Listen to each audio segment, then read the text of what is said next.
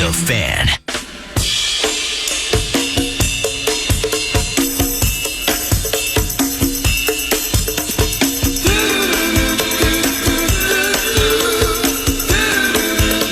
Minnesota credit unions and iHeartRadio are spreading the word about how credit unions take your money further. When you see the Minnesota Credit Union's iHeart car out at station events, show us you have a credit union credit or debit card. Win $25 gift card on us. Get them while supplies last.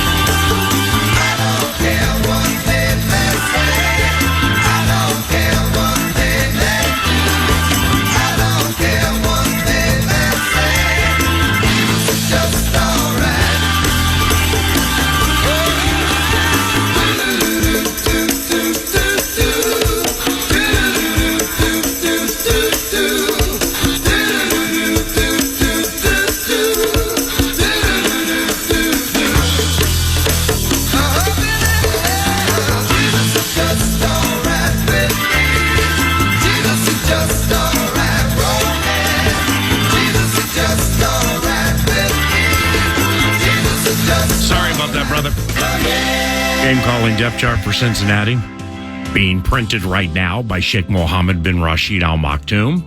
Had to get down there for that. And one of the big bosses here, one of the big corner offices, Bossberg, second in command, chastised me a little bit, and he's right. And speaking of like bit raised. I mean, that's like the origin of it right there with Bossberg. And I thought of it yesterday, calling the game with a minute 50 to go in the game. Ivan Pace intercepts Aiden O'Connell. And I can't remember what I said, but, the Vikings are going to win their seventh game of the season, something like that, with a minute 50 to go in the game. And I thought of Bossberg, Greg Swedberg, when I said I do all the time when the Vikings grab a lead with, let's say, if it's Josh Allen, 50 seconds or more to go, like last year where I got burned, where the Harrison Phillips spooked Josh Allen. Josh fumbled it at the goal line. Kendricks fell on it, and the Minnesota Vikings took the lead. But I'm like, yeah, and we're going to win, something like that. I mean, Josh Allen just zipped down the field. They kicked a field goal. It went to overtime. So, yes, we did win, but it didn't work out the way I thought. The calculated nature, I mean, in cartoon character-like fashion, because I'm not, thinking these things out, but your cartoon character, when Ivan Pace Jr. intercepted Aiden O'Connell, I'm like, the Minnesota Vikings are going to win their seventh game. It's a minute 50 to go in the game. Raise your hands if you legitimately thought Aiden O'Connell, after 58 minutes, 10 seconds, whatever, of that contest, where crossing the 50-yard line was a supreme accomplishment, really for both teams until Mullins got in, but getting past the 50, it's like I said, you go to a National Football League game and Army-Navy breaks out. I always love that one. You go to a National Football League game and it's like it's Aston Villa taking on Chelsea in the Premier League. I always love that one. Scoring's really, really difficult in the beautiful game. But yeah, I knew when I saw Bossberg, he's going to be like, you drove me crazy yesterday. You guaranteed a victory with a minute 50 to go, Paul. There's a lot of time left. You're right. He's right. He's absolutely right. But, I mean, did anybody think AOC was going to drive down the field and put their kicker in a position to tie it? How about that? This just hit me right now. Their kicker is Daniel Carlson. 2 games with the Minnesota Vikings as a rookie out of Auburn. We go to Blakemore's spot. He goes 0 for 3 on field goals, had multiple chances to dagger that team and kept missing. It's like I felt if Mike Zimmer could have left him behind in Green Bay and said, Daniel, I got good news and bad news. You don't need to be back to the facility until Friday. Oh, really, Coach? Why? because I'm making you walk home from Green Bay. I always love that one. And it's going to take 5 days. That Daniel Carlson. And wow, Carlson kicked one time yesterday. It was the kick to start the second half. And there's Kene Wanwu. I mean, Kene had so little to do in that game from a kick retrieving standpoint. I'm like, I hope they permit him to have his phone on the sideline. I always love that so, one. So, at least look at Instagram or Facebook or Twitter or TikTok or whatever. So he has something to do. My man needed something to do. So he comes out 6 yards deep in the end zone. I don't know if he was instructed to do that or if he's just like, bleep it, man. I mean, this is probably the only thing I'm going to get to do today, so I'm going to try to make it count. But little did he know Alexander Madison would leave the game, and Kene would end up being a backup in a game the Minnesota Vikings won with 1:50 to go in the game. I always love that one. 64686 for the Bradshaw and Bryant KFAN text line. And let's see, what do we got here? Some phone number. You don't have to put names in here. It could just be phone number. Oh, wow. So that means, we could cold call some of these numbers. Oh, 100%. We could if we wanted to. But then the double-edged sword on that, now they have our number. So there's that. Well, oh, no. Oh, wow.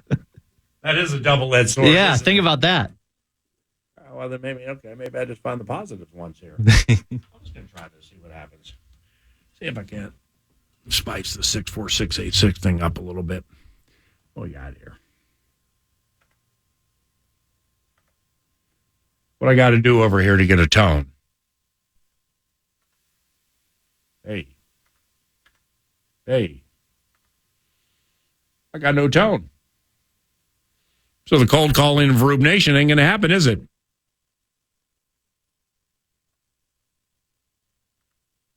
All right, 3-2. The most recent text. Great song selection. What was the song? Everyone's a Winner, Hot Chocolate?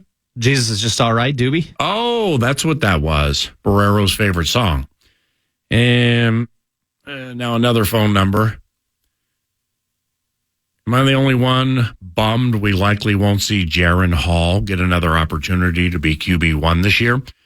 I like that conversation because it's Jaron in no way has done anything over a long period of time at the highest level to establish that he should be the one playing in these games trying to get to the playoffs. However, it's why I like it is it's like I said last week. I mean, you know, you can make cases for Hall, Mullins, Dobbs, Mullins, Hall, or whatever. And I mean, into the game, we'll see where it goes from here. It's not the highest rated race in the history of handicapping races, 3-horse races. But given the absolute uncertainty with the Minnesota Vikings quarterback situation next year, yeah, I mean, those who were like tagging me on Twitter or now at the 64686, the question is, do you want to see Hall play because you are casting your gaze the way of the future, or do you believe he was or is the best option of these three in a season? Somehow the head coach has found a way to, along with Brian Flores, the defensive coordinator, found a way to get this team to have a winning record despite using 4 quarterbacks. Who uses 4 quarterbacks? Nobody ever does. No problem, man. I was trying. I got a thanks, PA, from the 612 number. I was trying to call you, but I can't figure it out. You got any talkbacks or texts over there you'd like to sabotage? Sure, I'll play a talkback here. Let's listen to this. PA, it's Luke from Egan. Excited to see what Nick Mullins will do against Cincinnati, but I'm curious what you think the offense will look like under him. Is there anything he does differently than Kirk Cousins that we could expect KOC to kind of showcase? I know he's not as good as Kirk, but just kind of curious to see what the offense looks like. Terrific talkback. And, I think the first play was a professional pass, middle of the field to TJ Hawkinson. and it moved the chains. Think it got him into plus territory. So it's a wonderful question because in 2023 has been that of fascination for yours truly. Fascinated in that I'm an old dog that likes new tricks. I just and there have been a ton of new tricks this year, and I've just mostly loved it every step of the way. Learning more about A and learning more about B, and Flores lining 7 guys up on the line of scrimmage, and what? Josh Dobbs is on our team? What? Why do I keep calling him Hobbs? What? He's only been here 96 hours and he's capturing the imagination of the nation. No. What happened to his Achilles? JJ's out how long? Sneaky loss for the Minnesota Vikings, by the way, is Cam Akers. Cam Akers is not going to make you forget Eric Dickerson, but he knows how to play the game. And what a wonderful compliment he was to what they were trying to do. But what? Cam's gone? What? We fumbled again? JJ, Pylon, they get the ball where? In Philadelphia on third? Are you kidding me? So there have just been so many fascinating things about the season this year and the team this year that it's been quite stimulating despite the record, because who uses 4 quarterbacks, A, and B, who has a winning record with 4 quarterbacks? But the way it looks, very good question. Nick doesn't run. Okay, Aiden O'Connell. I'm not comparing Aiden O'Connell to Nick Mullins, but nevertheless, Aiden doesn't move. Aiden does not want to move, and it's just it's crazy with Aiden O'Connell.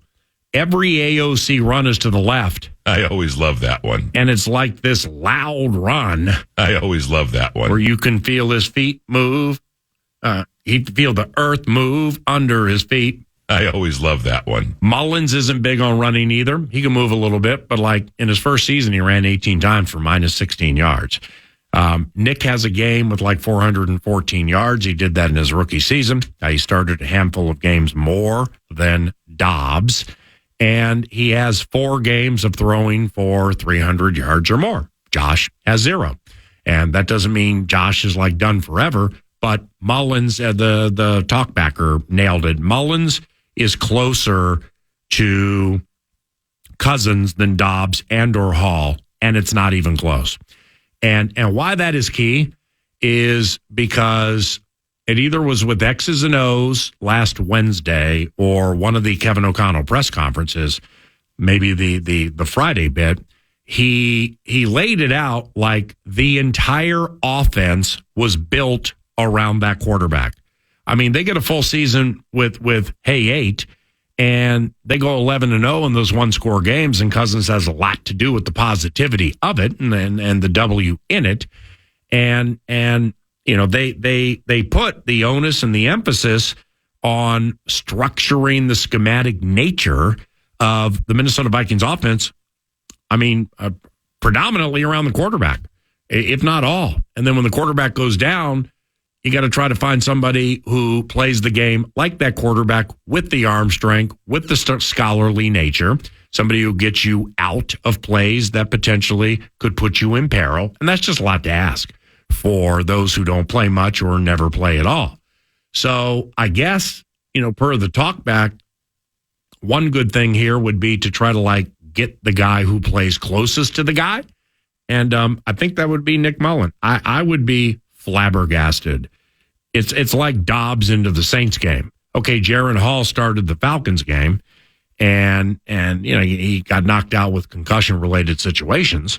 But nevertheless, if he could have played in the New Orleans game, I'm like, how do you not use the guy who just captured the imagination of the nation?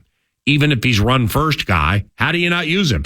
Same thing with Mullins. Mullins came in and threw a couple of passes that saved the entire game. And potentially, if you want to make the playoffs, as win out, you win out, and then certain things happen, and the long shot of all long shots ever, the long shot happens, and you win the division, or just make the playoffs. It does seem that Mullins would be the prime candidate for that, and I saw that clearly last week. I know you're happy for me, but nevertheless, I realized that last week. But I still felt Dobbs was the right guy to use out of the bye. And it's not being touchy-feely sentimental. I mean, it kind of was a little bit. Now, looking at how Dobbs played yesterday, left JJ hanging out to dry, ended up going to the hospital. But with Dobbs, the Atlanta game counts, and so does the New Orleans. They all count, all right? And the Chicago game counts too. But like I said last week, when I watched that back, if I thought I came into that game thinking Dobbs was going to be a 10 out of 10 on the bad side, and it wasn't. It just wasn't. I mean, there were key players, mostly for the offense, who just played the worst games I've ever seen them play. And that didn't help Yashua. So now out of the bye with some new plays and stuff like that and getting JJ back, he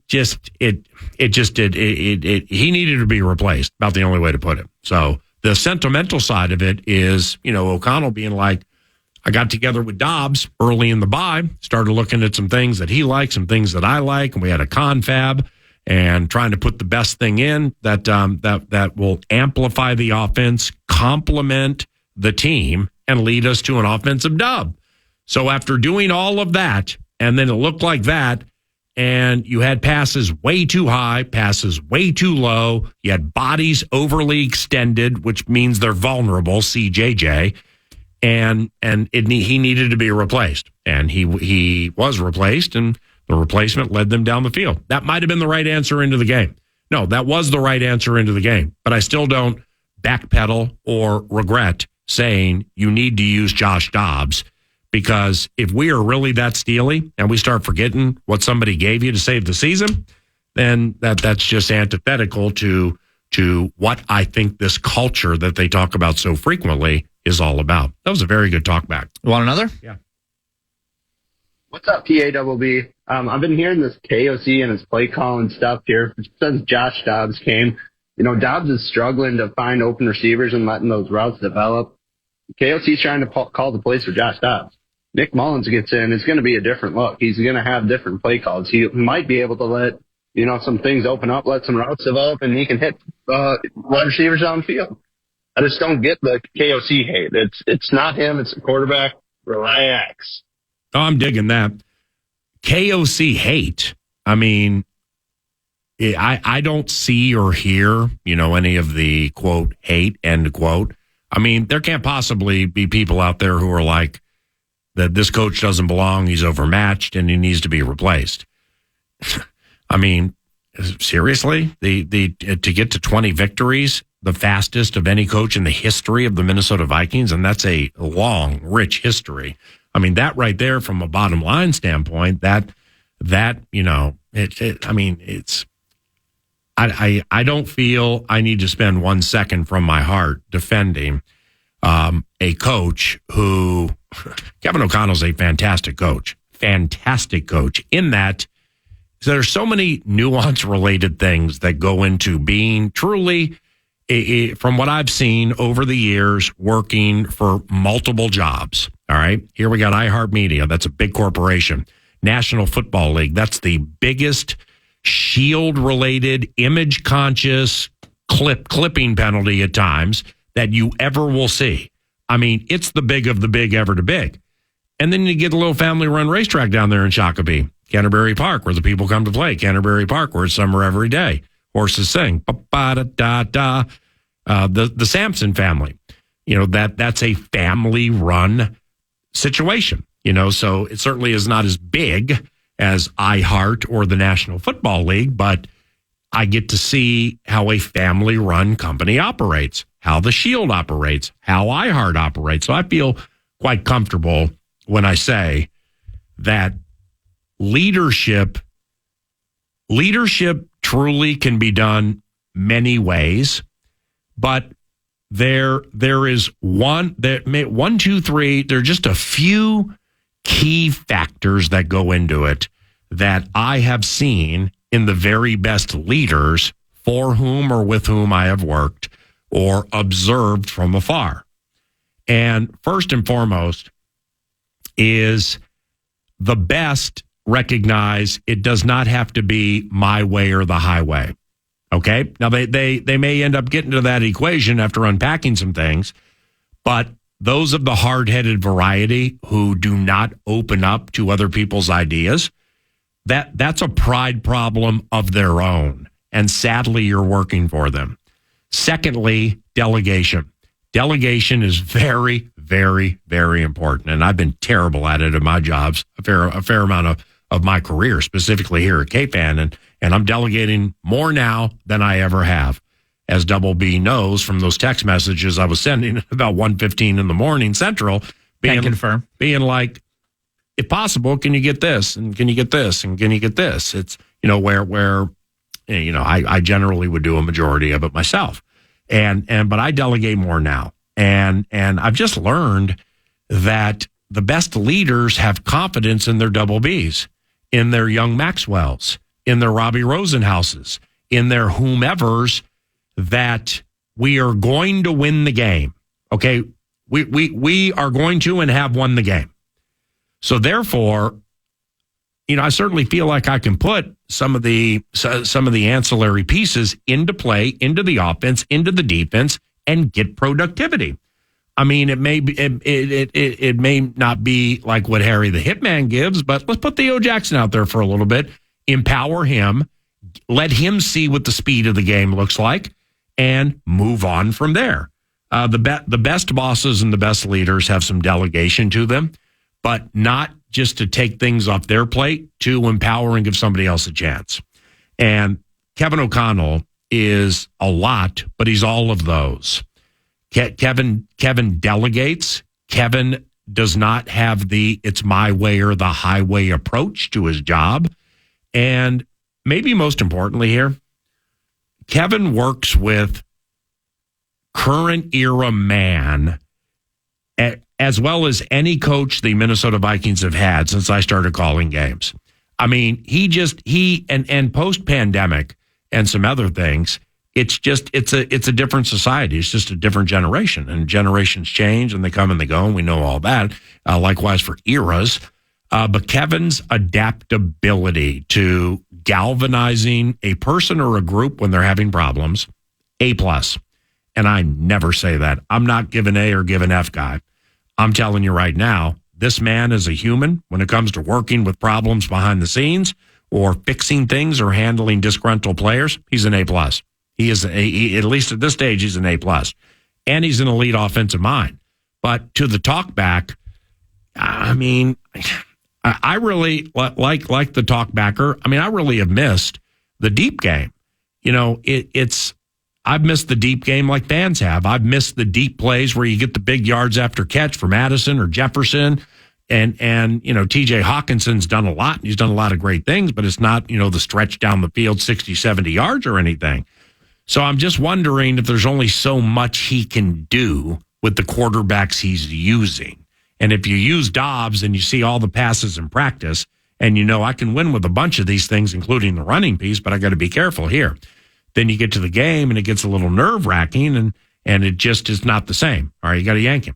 So these quarterbacks are backups because they have limitations the starters do not. And emphasis on the word limit in limitation because it limits what the offense, the person crafting the offense and calling the offense can do.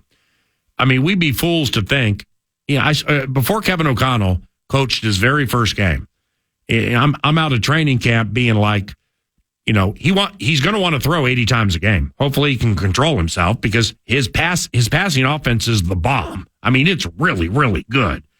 It's clever. It's crafty. It's ever changing. And he's going to want to throw a lot. Well, he threw 61% last year. That whole thing's been you think that thing's been neutralized when you're going from Cousins to Hall to Dobbs to Mullins without Jefferson and Hawkinson playing like on one leg up to the bye? I mean, it got really, really difficult. So I think that plays into it. We'll see with Jefferson hopefully playing at Cincinnati. Mullins, who has some 300-yard games. We'll see if things stretch the field a little. Sponsored by Pfizer. You're listening to The Fan. Hey, we got a covenant cleanup provided by nobody. I know you like that thing Nordo put together and played like one time. What is covenant cleanup? It's a covenant cleanup. There we go. We say stupid things all of the time. It's a covenant cleanup, according to you, an unforgivable crime. And is Covenant cleanup. Hey, And it's Sponsored by nobody. Thank you, provided by nobody. And it's not really a covenant cleanup, but, you know, the 64686 is reminding me, and yeah, I know this, but I didn't think of it. Cleveland and Stefanski have a winning record this year, and they've played 4 quarterbacks. All right, so I'm like, who plays 4 quarterbacks and has a winning record? First and foremost, great. Okay, that's cool. I mean, over the annals of time, I'm telling you, teams that play 4 quarterbacks don't have winning records. So that's cool. And then that's, you know, without looking it up or anything, that's where I would wager in the blind. But really, should it be surprising that Cleveland has used 4 quarterbacks and has a winning record? Their coach is Kevin Stefanski. Cut his teeth with the Minnesota Vikings. I always love that one. He's been to handling school when it comes to 4 quarterbacks. He knows exactly what to do, so it's no shock to me. News Du Nord is provided by Canterbury Park and CanterburyPark.com. Canterbury Park has bingo on Tuesday nights and is open 24 hours a day. If you'd like to spot up, play some blackjack or some pie gal or some Texas Hold'em, or watch and wager, be a part of racing history with racing from all around the country and all around the world. CanterburyPark.com. What up, B? Number 1. Thank you for letting me play Covenant Cleanup. It is one of my favorites that we have in the system. The Wild beat the Kraken 3-0. Boldy, Rossi, Eck with the empty netter. They get the goals. Gus Bus with the shutout win. A professional and kind of boring win. They're back home Thursday against the Flames. The road trip is finally over for your Minnesota Wild and ends with a win. You watch it? I watched some of it. I watched the Cowboys, which we can get into later. Yeah. The Cowboys-Eagles game a lot, and I was keeping up with the Wild. Yep. Typically, it would be Wild overruling. Mm-hmm. But for whatever reason, the Cowboys-Eagles game kind of gravitated to me. Being PA and GB trying to figure out, Packers potential fans. playoff. Yeah, Packers. Some would say fans are frauds. Okay. That'd be noon to 3. Fans are just emotional, you know, because 3 weeks ago to a month ago, before that Thanksgiving win, I ain't going to speak for you because I didn't chat with you about it. I know so many Green Bay Packers fans within my covenant, some of whom are listening right now.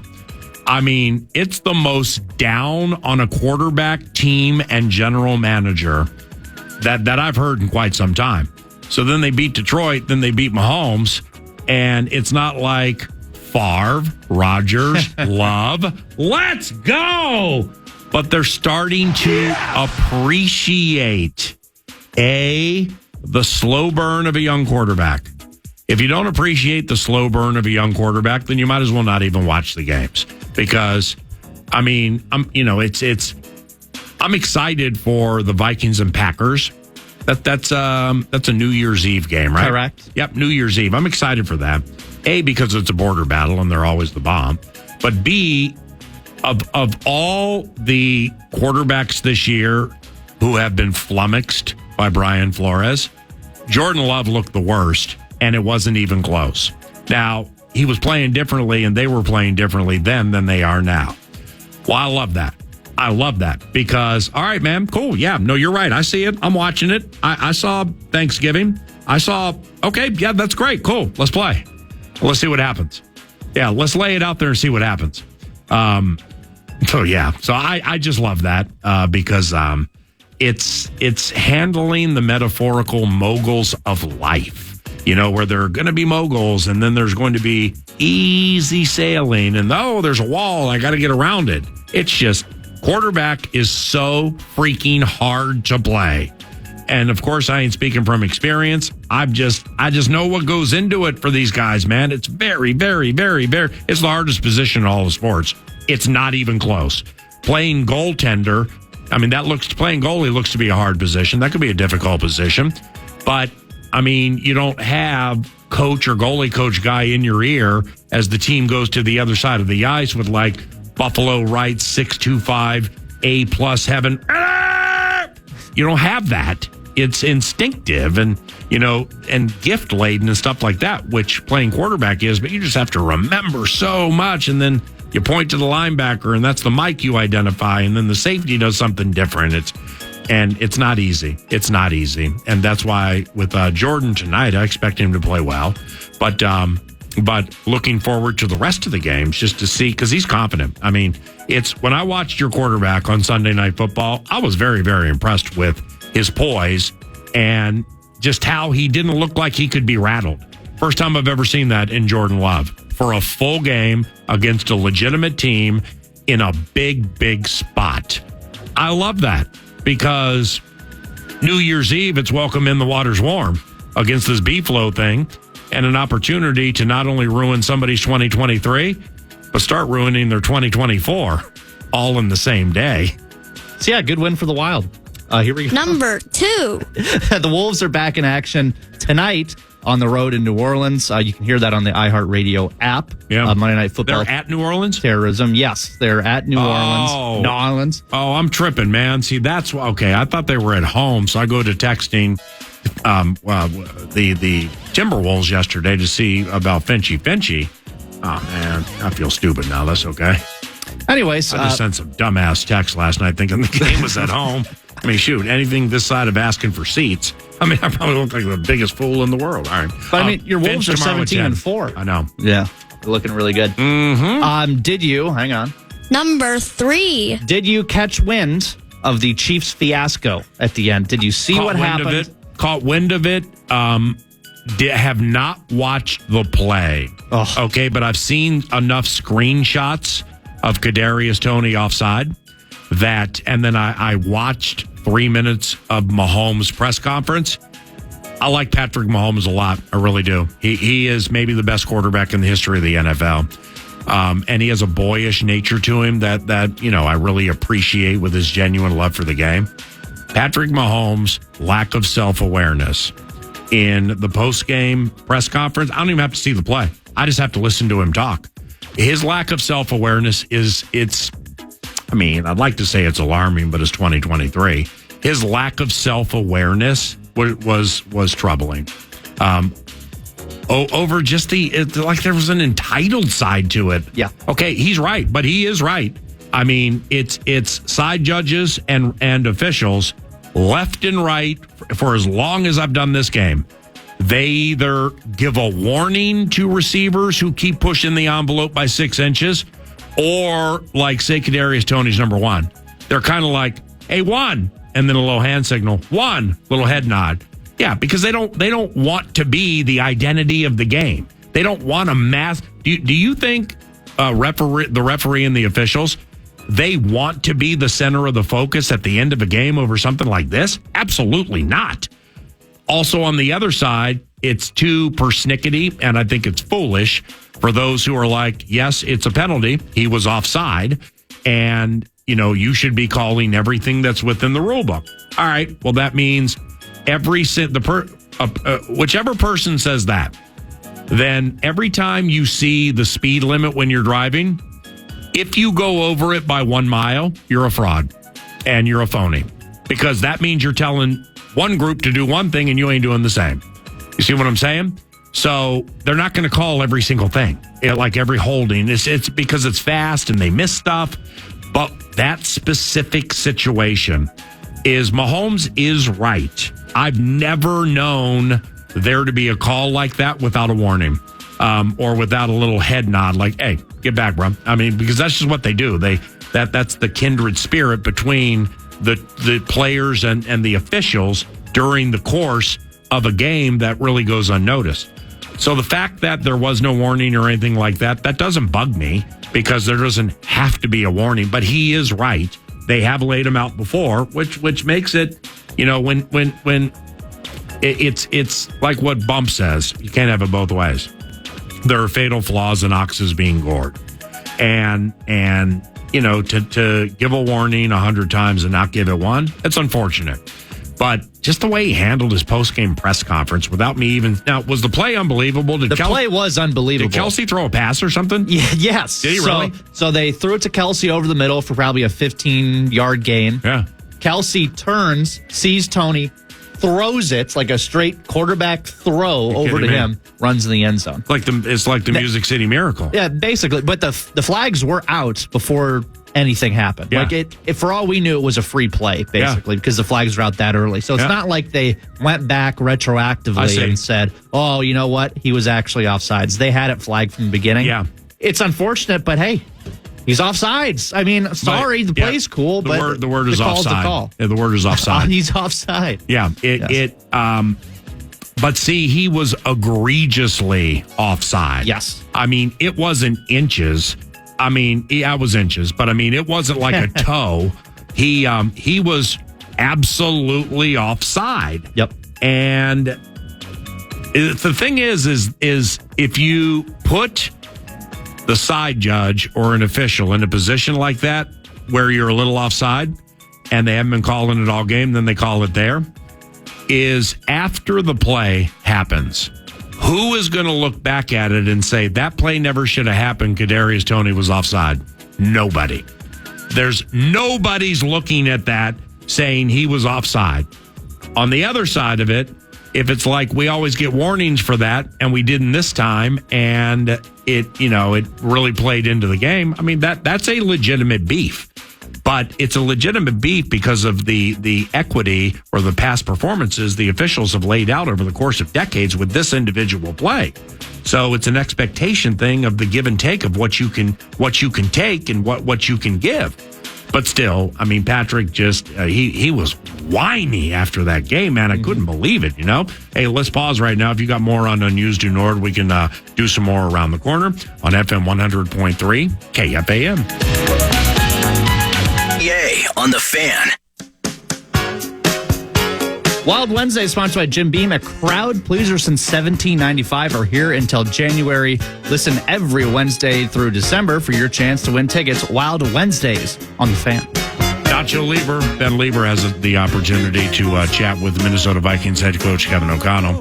Immediately following each and every game, we're going to play back that snippet for you as we do weekly 9 to noon. But GB, BB, Double B, Brett Blakemore, PA, and GB. He had a couple of or a nugget or nuggets left for Sports Essentials, our sports update on the flirty 11:30. We're in Amsterdam. It's 69 and smoky. I always love that one. Or News Du Nord, call it whatever you want. What else do you have?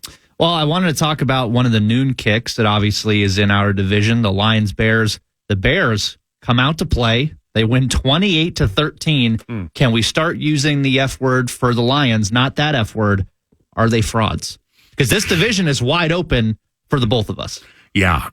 No, I'm not. I don't think you can. I mean, it's what was the game before the Packers? They've had some games. It was the Bears, wasn't it? Yes, and they jacked and they around. Almost lost. Yes. That's the one that I watched back hard because I think we had the Bears the next game. Something like that. Nevertheless, their pass defense has become really, really leaky. And they have Montgomery, they have Gibbs, they have Amon-Ra St. Brown, Josh Reynolds is sneaky, they have Laporta and Goff. Now I think Ragnow may be down. Chanhassen is not going crazy. Their offensive line's one of the better in the National Football League. And I think they're battling some injuries there. So I think that definitely plays into it. What else? Well, the last thing was the prime time that caught my eye. The Cowboys taking it to the Eagles 33-13. Yeah. Again, I don't want to say the same question because I don't think the Eagles are frauds, but this is 2 weeks in a row where they'd look lost. The 49ers took it to them, and now the Cowboys. And now everyone's kind of in a weird mix up top. They're both, the Cowboys and Eagles, both 10-3. Yep. Covenant cleanup provided by nobody. Now, Brian Prudhomme, my friend from Duluth, who does a radio show on the Fan in Duluth each and every Saturday with his friend Dave. And I join the show every so often. So Brian and I, we'll text with each other a fair amount. He just heard something I said last segment. I can't remember what I said. But in the NFC East, the Dallas Cowboys are the first place team because they have they have a better NFC East record than do the Philadelphia Eagles. So Prudhomme, beloved B, he corrected me, with a covenant cleanup in that, because the Niners are going to be the one of all ones ever to one. And I'm not sure they're going to lose a game the rest of the year, and that includes the Super Bowl. But with that said, that means you would get Dallas. So, I mean, if you're that last wild card team, you get Dallas. What I was trying to say is if I'm GB or if I'm KOC, whomever is in that last wild card spot, I would prefer. I mean, you use the word fraud. I mean, Dallas has been as counterfeit as a freaking $3 bill for a long time. And they're fast. They have as much team speed as any team in the NFL. And they're really going great guns now. Postseason's a different beast. Has Dak ever won a postseason game? I would rather face Dak and McCarthy before facing Jalen Hurts and Sirianni. And therefore it's just, I also would prefer to play at AT&T more so than Lincoln Financial. So, I mean, if you're in that final wildcard spot, man, it, getting one of those two teams obviously is going to be something on which you're going to need to focus. All right, let's hold off on Lieber and KOC, and let's chat with the analyst, Pete Bursich, around the